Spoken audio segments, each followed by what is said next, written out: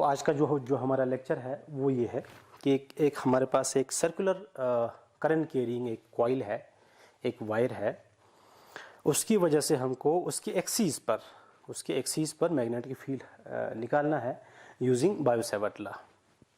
तो किस तरह से निकालेंगे देखते हैं। Okay,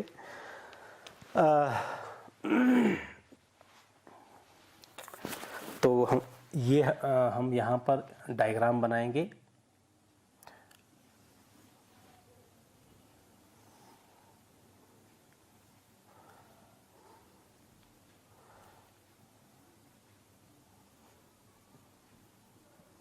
This is our circular coil, and this coil is carrying current I,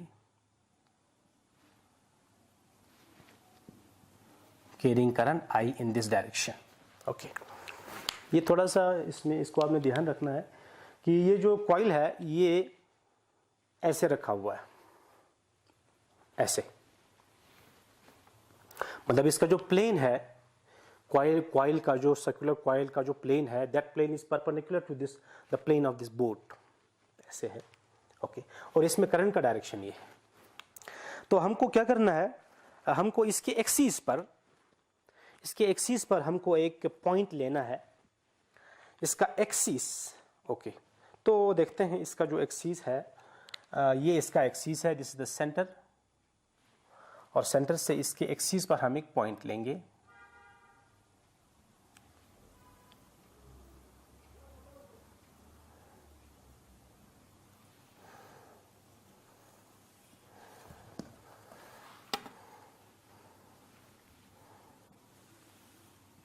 Let us say here is the point P. Axis पर हमने एक पॉइंट लिया और इस पॉइंट पर हम मैग्नेटिक फील्ड निकालेंगे using Biot-Savart law. Okay, and let us say the radius of this coil is R. Let R is the radius of this coil.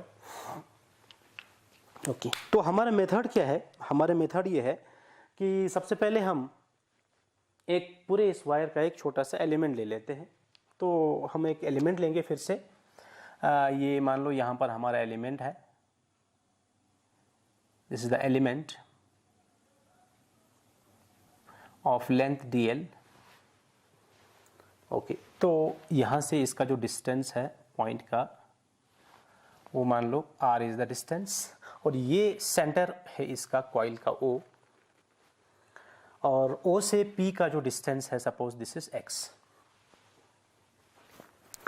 और ये एंगल थीटा है, theta is the angle. Okay, तो now according to Biot Savart law,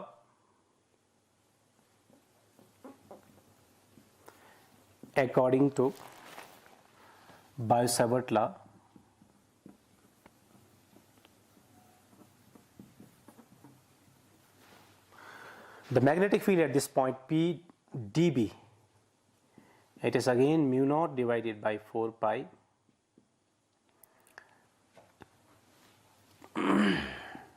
I dl sin theta divided by r square. Okay, so this is the Biot-Savart law. Okay, इसमें this theta, since theta कितना है इसमें देखिएगा, theta is angle between DL and R। तो हमारा DL और R, थोड़ा इसको इस तरह से देखिएगा आप लोग, करंट का जो डायरेक्शन है वो ऐसा है ये, तो इसमें DL का जो डायरेक्शन है वो अंदर की तरफ है और R का जो डायरेक्शन है वो कुछ ऐसा है। तो ये एंगल हमेशा 90 रहेगा, इसलिए since this theta is equal to 90, तो जब थीटा 90 है तो हमारा एक्सप्रेशन बनेगा dB is equal to mu nought divided by 4 pi, and this is I dl sin 90 is 1 divided by r square. Okay, ये हमारा आ गया magnetic field due to the element. Okay, लेकिन हमारा क्वेश्चन तो ये है कि हमने इस पॉइंट पर फील्ड निकालना है ड्यू टू होल कॉइल, पूरे कॉइल की वजह से मैग्नेटिक फील्ड हमको निकालना है। तो उसके लिए क्या करेंगे, देखो मैं ये यहां पर भी एक हम एलिमेंट ले लेते हैं इसका, बिल्कुल इसके डायमेट्रिकली अपोजिट साइड पे। ओके, ये dl, इसका डायरेक्शन ये है, ये डिस्टेंस भी क्या होगा r, this angle is again theta. Okay, तो अगर हम इस पॉइंट पर, ये पॉइंट है मान लो, इस पॉइंट पर पहले हम ये देखते हैं कि magnetic field at this point P due to this element, इस एलिमेंट की वजह से मैग्नेटिक फील्ड का डायरेक्शन इस पॉइंट पर क्या होगा, व्हाट इज द डायरेक्शन। तो डायरेक्शन के लिए मैंने आप लोगों को बताया था, you always use dl cross r और राइट हैंड पाम रूल। तो हम dl क्रॉस r से dl क्रॉस r से इसका डायरेक्शन निकाल सकते हैं। dl क्रॉस r से कैसे निकालते हैं मैंने आप लोगों को बताया था। dl और r, ये सपोज हमारा dl वेक्टर है और ये हमारा r वेक्टर है। तो क्या करना है, जहां पर इनके टेल्स मिलते हैं वहां पर एक स्क्रू को रखना है और स्क्रू को dl से r की तरफ रोटेट करना है। तो जो डायरेक्शन मिलेगा that is the direction of वो हमको dl क्रॉस r का डायरेक्शन मिलेगा, मतलब मैग्नेटिक फील्ड का डायरेक्शन मिलेगा यहाँ पर हमको। ओके, तो देखिएगा यहाँ पर मैग्नेटिक फील्ड, पहले इसका यहाँ पर डायरेक्शन क्या होगा। तो यहाँ पर कुछ इस तरह से होगा, देखो dl का डायरेक्शन अंदर की तरफ है और r का डायरेक्शन कुछ ऐसा है, ये बिल्कुल नहीं, ये ऐसा नहीं, हॉरिजॉन्टल नहीं है, थोड़ा सा इस तरह से है।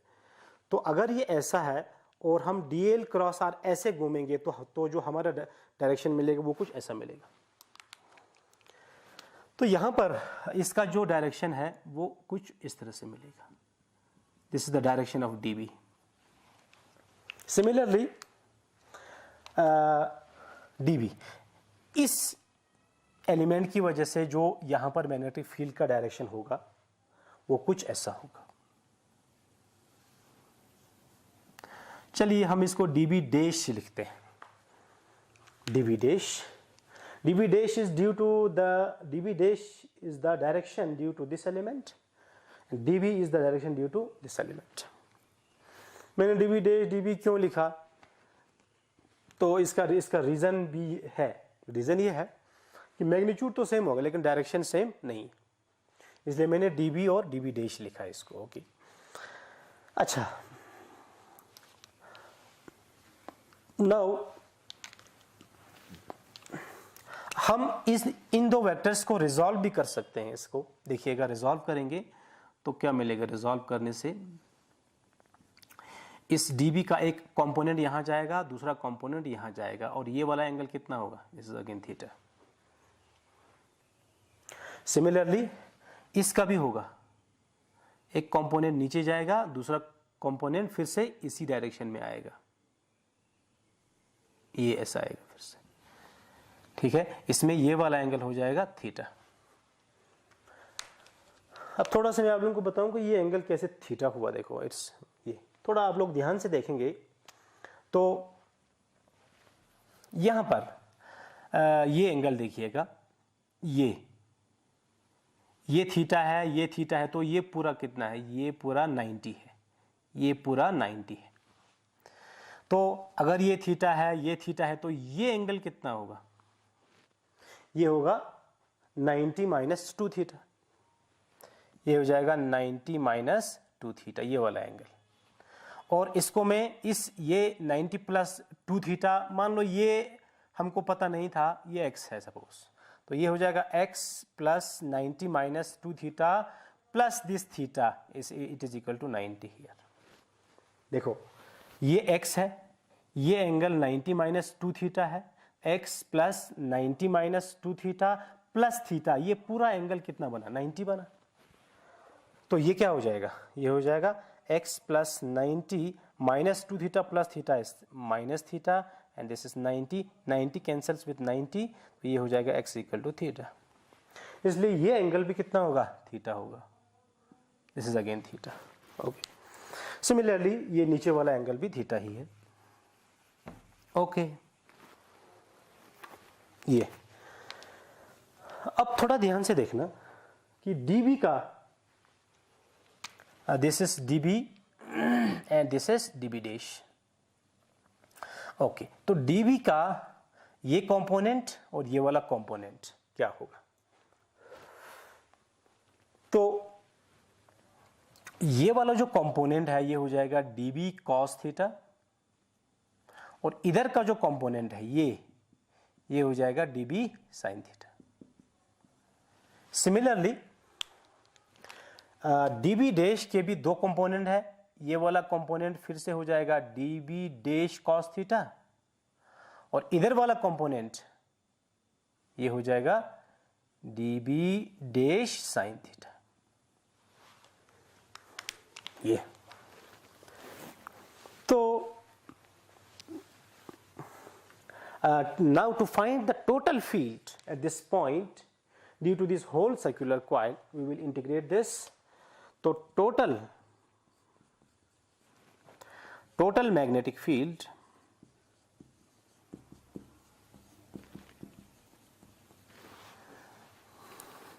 at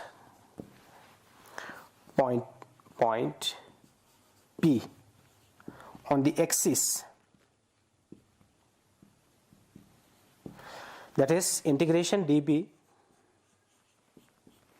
and this is equal to, अब इसमें ये दिखेगा dB cos theta dB dash cos theta they cancel, क्योंकि dB is equal to dB dash, expression तो सेम है क्योंकि डिस्टेंस सेम है।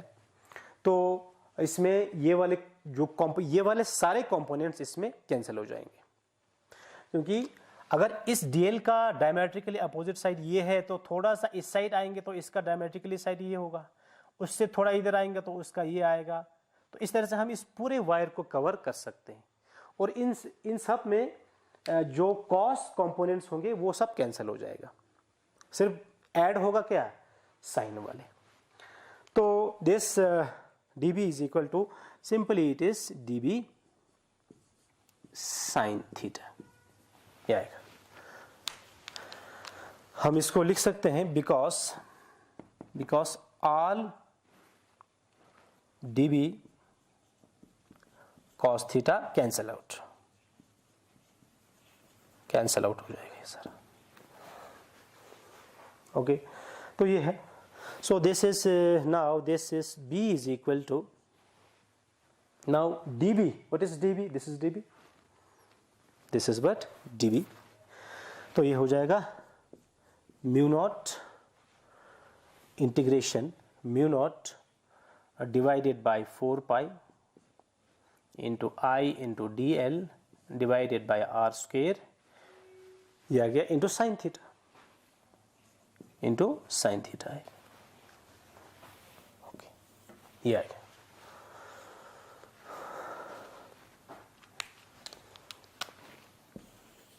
Okay, now what is sine theta? Sine theta यहां से निकाल सकते हैं। साइन थीटा, जो साइन थीटा का वैल्यू है वो हो जाएगा साइन थीटा, दिस इज ये perpendicular upon hypotenuse, so this is capital R upon small r। तो B बराबर it is mu naught divided by 4 pi I dl divided by r square into sin theta is what, capital R divided by small r, ये है। So B equal to mu nought I is constant, R is constant, divided by 4 pi is constant, R square into R is R cube, integration के अंदर सिर्फ क्या बचेगा, dl, ये आएगा। Okay,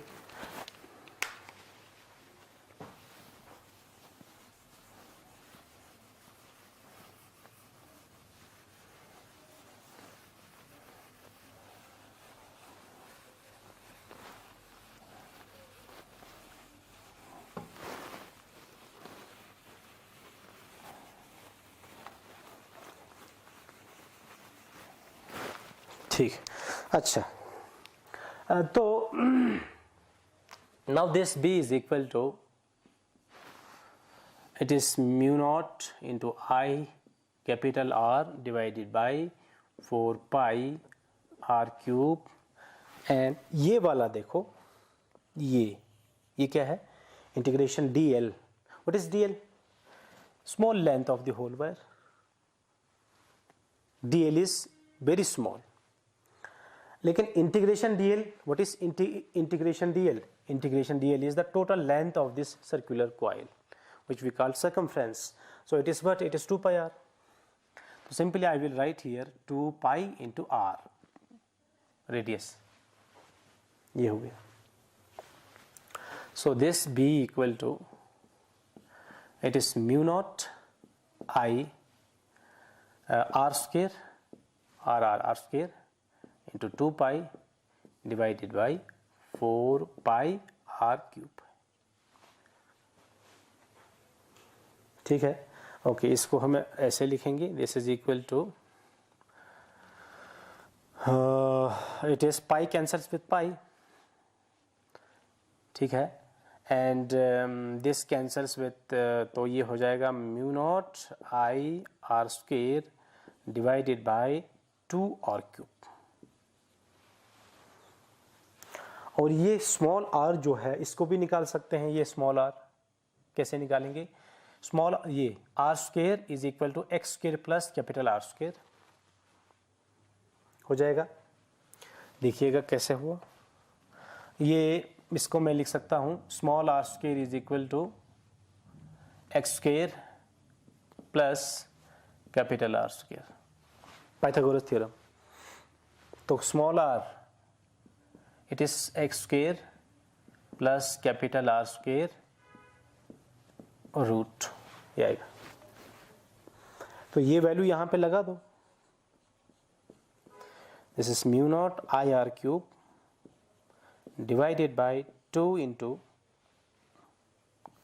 क्या आएगा, ये देखो, ये r का वैल्यू है X square plus R square,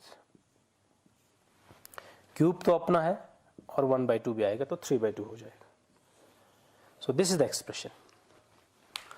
Okay, तो ये एक्सप्रेशन आता है due to this current carrying circular loop on its axis.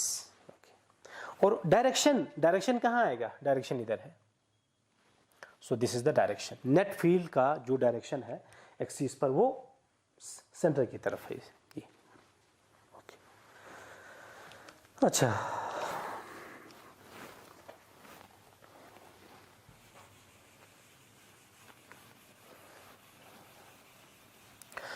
अब इसमें भी एक स्पेशल केस है. देखिए स्पेशल केस क्या है.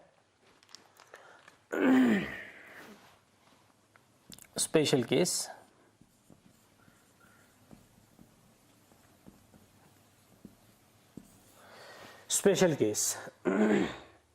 स्पेशल केस में हम लिखेंगे if the point lie on the center of current carrying circular coil. तो अगर ये जो पॉइंट है, ये पॉइंट हमने अभी यहां पे लिया ऑन द एक्सिस, सपोज ये पॉइंट ये इसके सेंटर पे आएगा, सर्कल इस कॉइल के बिल्कुल सेंटर पे आएगा, तो हमारा x 0 हो जाएगा.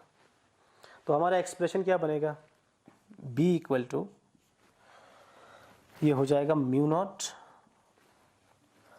आई R cube divided by 2, x is 0, ये हो जाएगा आर स्क्वेयर, इसका क्या आएगा 3/2. ये 2 कैंसिल हो जाएगा. ठीक है, तो लास्ट में जो एक्सप्रेशन हमें मिला वो मिलेगा b is equal to mu not I R cube divided by 2 into R cube आएगा. यहाँ पर आर स्क्वेयर है, okay, here is not R cube, here is R square, okay, तो ये कैंसिल हो जाएगा। So this B equal to mu not I divided by 2r, ये, तो ये है magnetic field on the centre of the coil. And if you want to calculate the magnetic field on the axis, तो ये वाला expression है, और centre पे ये वाला एक्सप्रेशन है, ओके।